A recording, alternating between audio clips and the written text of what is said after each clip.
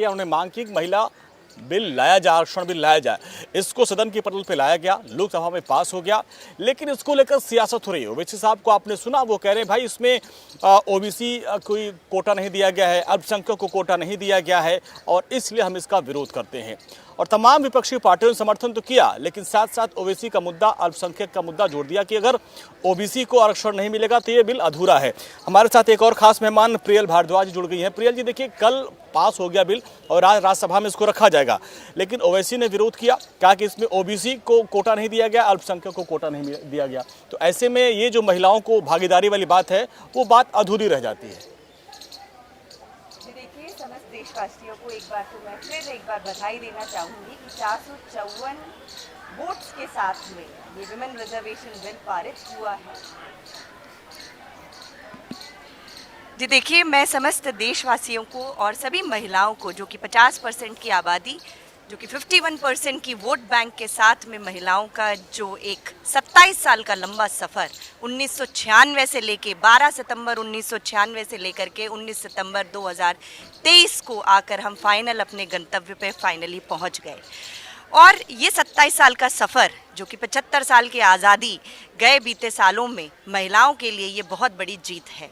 454 वोटों के साथ हम सभी महिलाएं, हमारे लिए एक दिवाली के अवसर की तरह ये आया और मैं सहृदय से आदरणीय प्रधानमंत्री जी का एक बार फिर धन्यवाद करना चाहूँगी। लेकिन प्रियल जी, देखिए आप तो सभी महिलाएं खुश तो हैं, लेकिन इसका लाभ आपको कब मिलेगा? इसकी कोई टाइमिंग नहीं है। अब अमित शाह ने कहा कि अगली सरकार आएगी, वो जनगणना कराएगी, परसीमन कराएगी, तो बहुत लंबा समय लगेगा। देखिए, मैं बस इतना कहना चाहूँगी इस बात पे कि विपक्षी दल और ये जो हमारी जनगणना की बात है, परसीमन की जो बात है, ये होना बहुत ज़्यादा ज़रूरी है।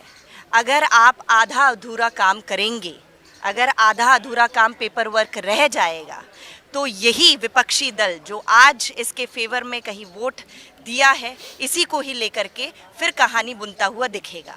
तो मुझे लगता है कि पहले, क्योंकि कोविड काल आ गया, नहीं तो पहले ही 21 में हमारा जनगणना हो जाता। पर ये एक नई सोच के बदलाव के साथ, नई पार्लियामेंट की शुरुआत के साथ महिलाओं को सौगात देते हुए विमेन रिजर्वेशन बिल आज पारित हो गया।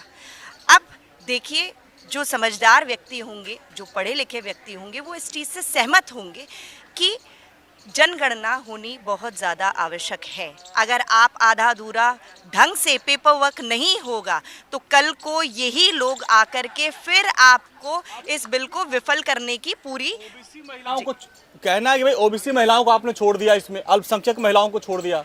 देखिए, ऐसा है, भारतीय जनता पार्टी ने सारे वर्गों का बहुत अच्छे से ध्यान रखा है। सबसे पहली बात तो ये है कि विमेन रिजर्वेशन बिल, विमेन को हम कैटेगराइज करने के लिए उतर गए। तो हम क्यों कैटेगराइज करने के लिए उतर गए? जब हम 50% की आबादी, जब हम महिलाएं, चाहे वो नॉन प्रोफेशनल हो, चाहे वो घरेलू महिला हो, चाहे वो प्रोफेशनल महिला हो, या किसी भी क्षेत्र में पढ़ने वाली महिला हो, या आगे बढ़ कर के नौकरी करने वाली महिला हो, या राजनीति करने वाली महिला हो, सबसे ज्यादा लाभ जो प्रत्येक। चलिए प्रियल जी, आप अपनी बात रखी, लेकिन महिलाओं का क्या कुछ कहना है? और चूंकि एमपी, राजस्थान और इन राज्यों में चुनाव होना है और इंडिया डेली लाइफ की टीम लगातार ग्राउंड जीरो पर है और जनता का मूड भांपने की कोशिश कर रही थी। हमारी सहयोगी स्वाति आर्या भोपाल पहुंची और वहां की महिलाओं से बात की। इस बिल को लेकर उनका क्या कुछ कहना है, सुनते हैं।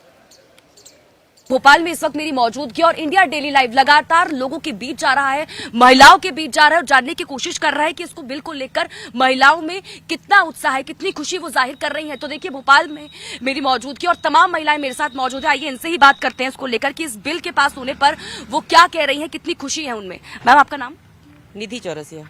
निधि जी, कल 2/3 बहुमत से लोकसभा में ये बिल पास हो गया है, महिला आरक्षण बिल, जिसकी लंबे वक्त से मांग चल रही थी। पास होने पर आप क्या कहेंगे, कितनी खुशी है? ये बिल्कुल बहुत खुशी है, क्योंकि महिलाओं के पक्ष में ये निर्णय लिया गया है और जाहिर सी बात है कि इस बिल पे बहुत बार बहस हुई है, जितनी सरकारें आई सभी ने कोशिश की है, लेकिन मैं मोदी जी को बहुत बहुत धन्यवाद देती हूँ, बधाई देती हूँ कि उन्होंने इस बिल को पास करवाया। कहीं ना कहीं महिलाओं के लिए एक स्थान चुना है, महिलाओं के बारे में सोचा। इससे आम महिला जो है, जो घरेलू महिला है, जो निकल नहीं पाती लेकिन राजनीति में अपना स्थान चाहती है और राजनीति का कुछ करना चाहती है राजनीति में, तो उसको मुझे लगता है विधायक बन के आगे चल के सांसद बनने, मंत्री बनने का एक मौका मिलेगा। और आम महिला जो है वो आम महिला की बात भी समझती है। जो राजाशाही महिलाएं होती है ना, वो शायद आम पब्लिक की बात नहीं समझ पाती है, लेकिन जो महिला हमारे बीच से उठ के जाएगी वो हमारी समस्याओं को बहुत गंभीरता से लेगी और समझेगी।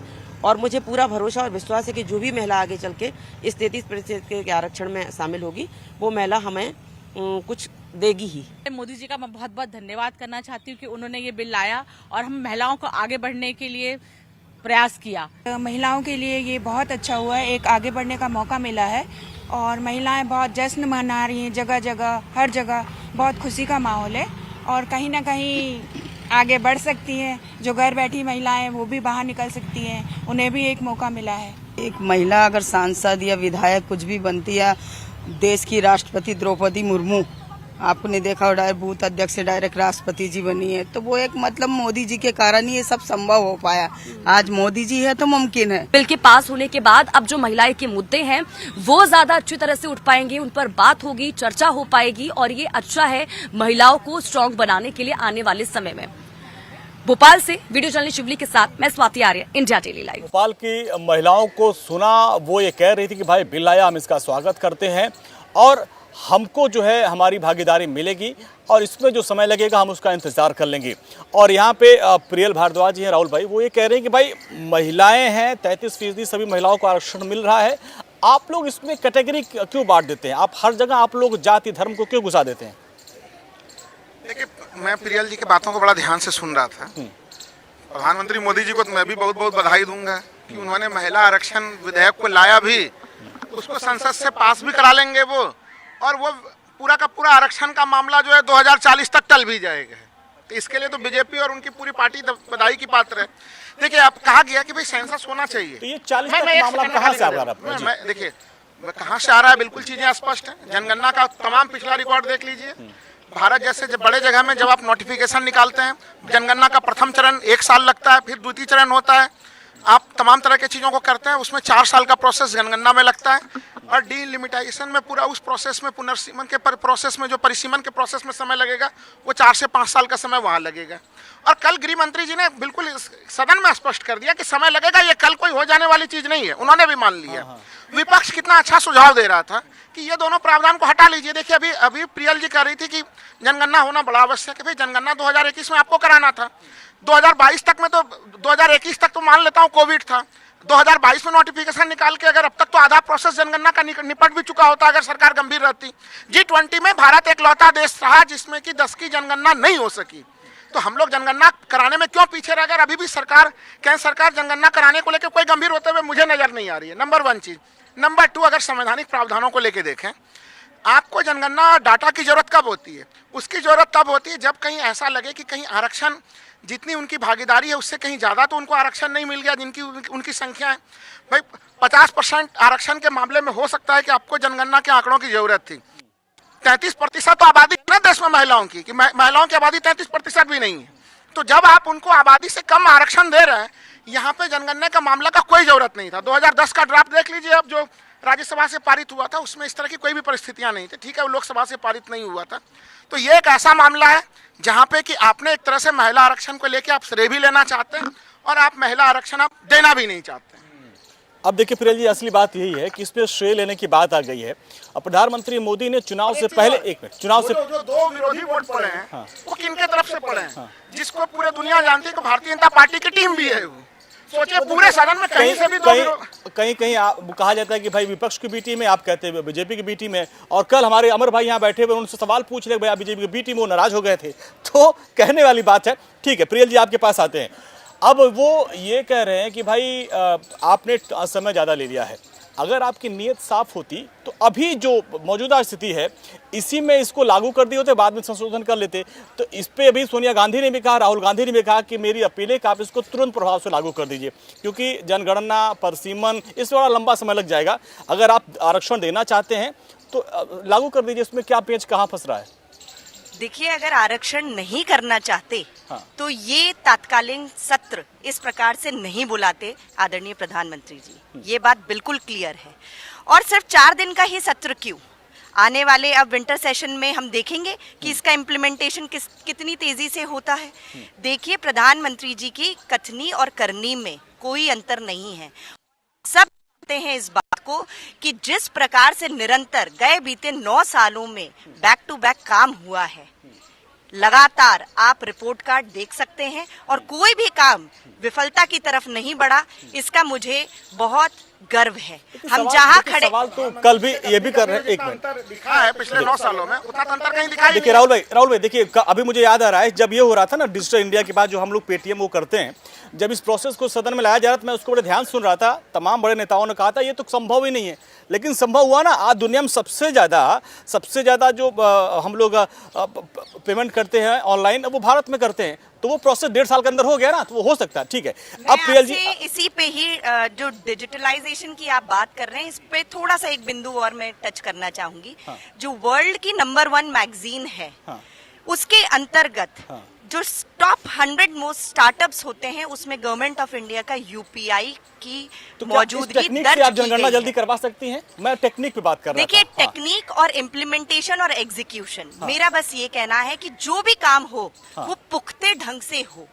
ऐसा काम ना हो कि अध कच्ची रोटी रह गई और रोटी खाने लायक भी ना रही। तो मेरा बस इतना कहना है। मैं फिर एक बार भाजपा की तरफ फिर जाना चाहूंगी और 2019 के चुनाव के बारे में बात करना चाहूंगी।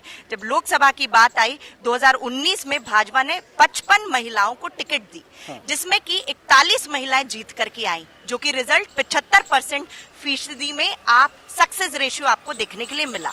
उसी कदम को आगे बढ़ाते हुए अच्छा जी विदिशा से हमारे सहयोगी घनश्याम वहां पर पहुंचे, वहां उन्होंने महिलाओं से बात की। एक रिपोर्ट देखते हैं कि वहां की महिलाओं का क्या कुछ कहना है इस बिल को लेकर।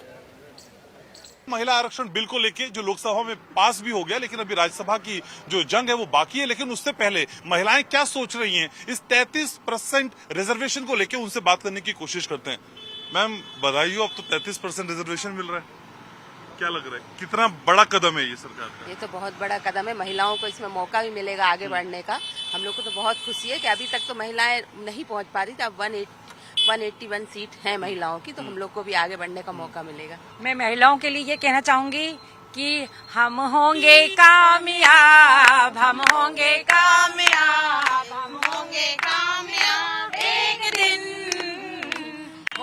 मन में है विश्वास, पूरा है विश्वास, हम होंगे कामयाब एक दिन।